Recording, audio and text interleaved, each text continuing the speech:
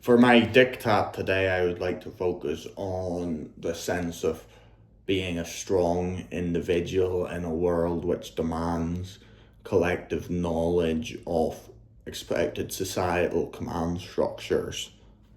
As someone who disagrees with many of those, but as well sees their importance, I think that we put a lot of effort on appearance and how someone can appear to a social collective.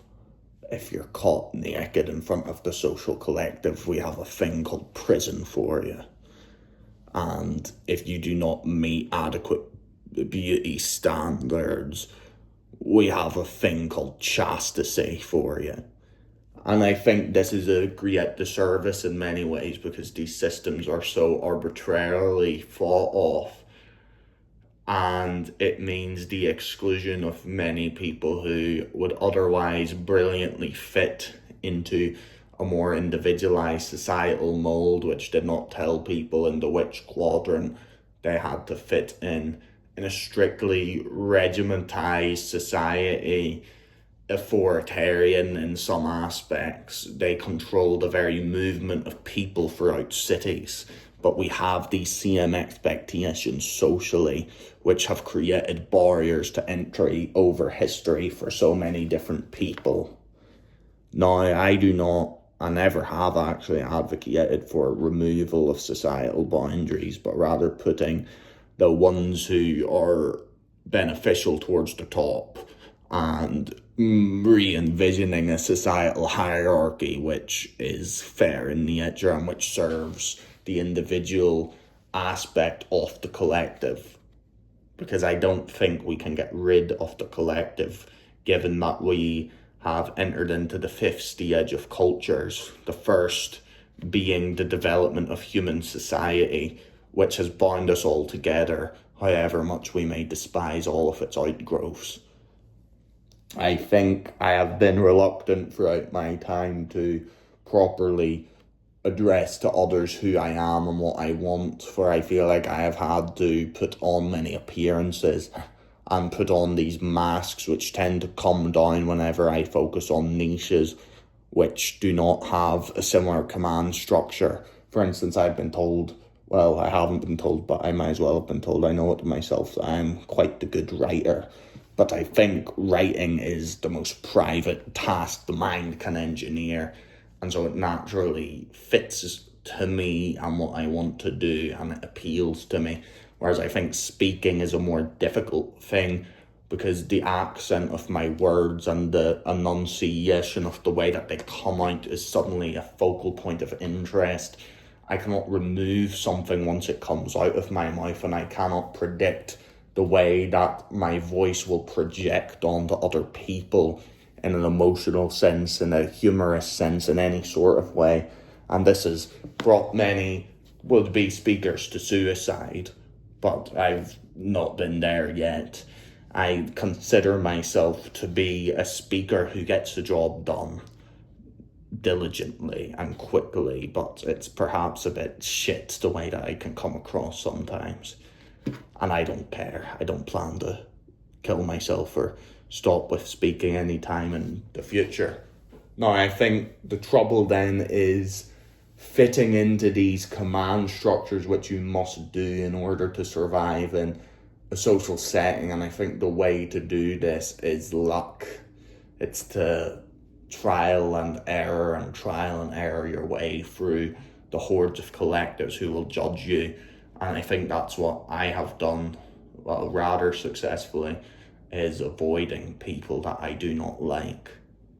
Because I get enough of the people that I do like, that I do not want to imagine people who would cross me. And I believe this is something which each individual should do, is to focus externally on the environment rather than in any sort of attempt to squeeze into an environment one does not belong to. I say this, if you cheat your final exam, you're going to get into the good school whenever you don't deserve that shit. You just don't deserve it. And that's a hard lesson for people to take.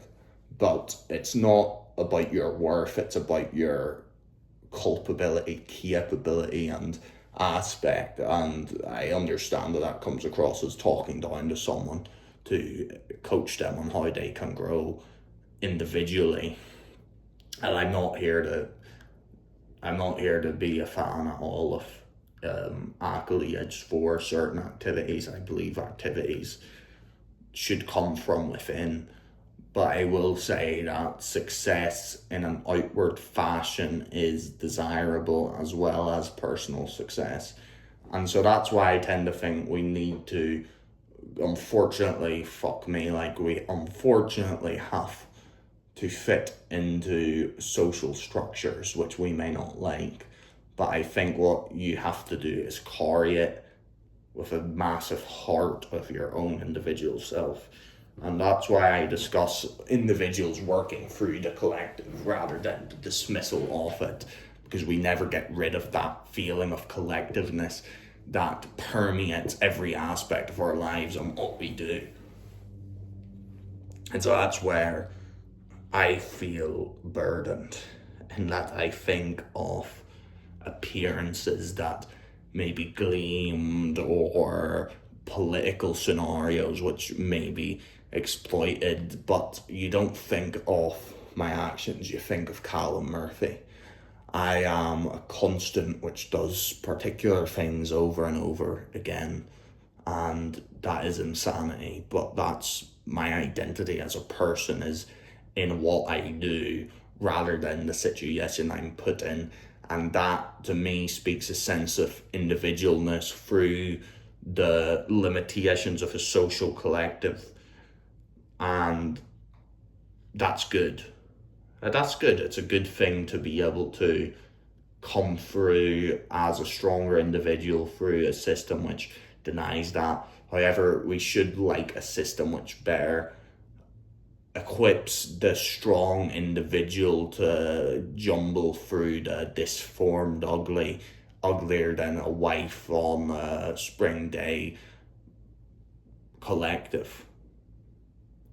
I think that those who submit to the collective are the ones who have sold their shirt away. They are the ones who will defecate within public forums.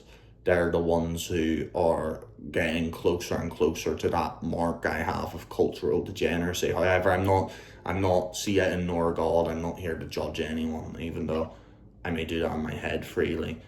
The larger point is strength of the individual through collective structures rather than strength of the collective through individual structures, as in is something which we must accept naturally as these orders come through in societal cohesion. Now, the final thing I should like to address is the idea of social reward structures. And I think that social reward structures are unrealistic. They're markers of beauty and intelligence and immersion within the culture. And I believe that you want this to be based upon the good judges, the ones who live decent lives, to be the ones who set judgment requirements within society. And we have this in our Irish family structures, as in you'll never see a more judgmental glance than from your uncle. But you accept that in a healthy way rather than conforming to something that you're not. You find that sense of individuality through the judgment of attempts to subvert or be perverse about your own individuality. Now, I've spoken for long enough now, and everyone should want to get to bed and forget my speeches, as everyone does. But the final thing I should like to dictate is the importance of individual standards within society in terms of taking things such as jobs and movies and sports and housing and interpreting this through an individual lens on how you see it. Now, we have an objective truth, but there's an objective perspective, and I speak very negatively towards subjective experiences in a metric sort of way, but let yourself have those, and it should make you a stronger individual. Have laugh lines and have points in life that you make over and over again, because if you have those, then that builds on your character and contributes that to your character. So life is complete fucking shite, but you must power through it. As simple of a message as that is, not just to power through it, but to power through it by taking the negative aspects and using it to strengthen your character and individuality, so that you can Mongolianly wipe out the fucking hordes of nonsense people coming at you and taking their souls, each of what those restraints give you, just taking that out and using it to strengthen yourself. Think about this in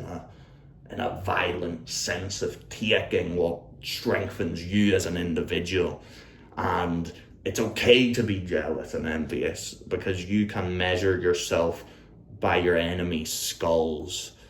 And that's why I think it's okay to be jealous in arbitrarily set command structures, because it reinforces what you see in those as an individual.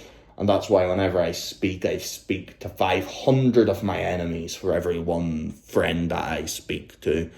And that's if the words are carried at all. If the words are carried as a pigeon would carry a letter during a war, an old war, the words that I speak with such compassion and strength are then transmitted towards the scum of the earth who call Callum Murphy an enemy. And that's what I'd like to get through. Thank you.